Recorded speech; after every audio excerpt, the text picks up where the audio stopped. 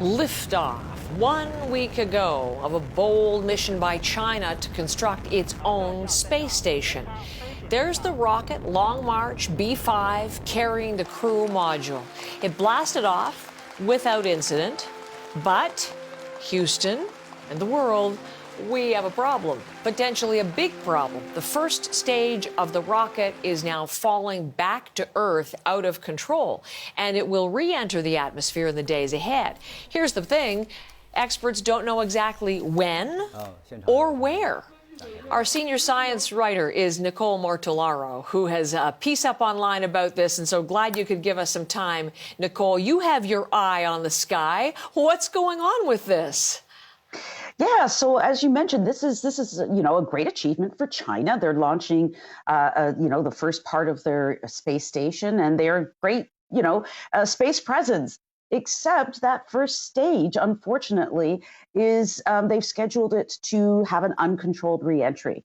And that is a problem because that's not typically what is done. It's best practice to, let the first stage either burn up in the atmosphere or you put in a different part of the orbit.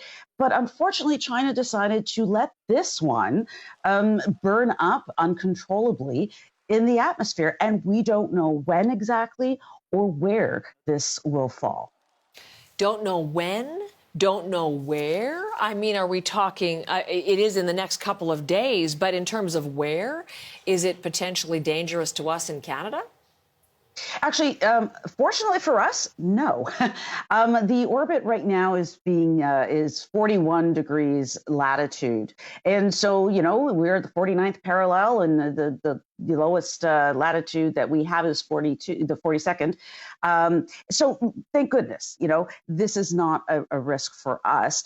And by the way, this isn't the first time this has happened. We have in 1979, the U.S. Skylab fell and landed, parts of it landed in Australia in the outback. And even for China, last month, a part of their first stage rocket, actually pieces of it fell in the Ivory Coast, and people are concerned about this. But I actually spoke with Jonathan McDowell from Harvard, and he had this to say about other concerns. Don't worry about it. This is not something for an individual to worry about, because the chance of you getting hit by something falling out of the sky somewhere on Earth, right? It's pretty slim.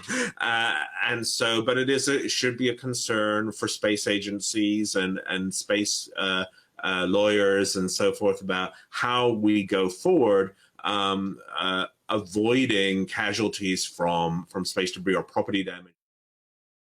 Yeah, it's good news for us. I mean, we saw something spectacular in March with SpaceX, and the pieces broke up over, the West Coast. But still, and some pieces did land, but luckily nobody was hurt, and nobody has been in history. So good news. Hope for a splashdown somewhere.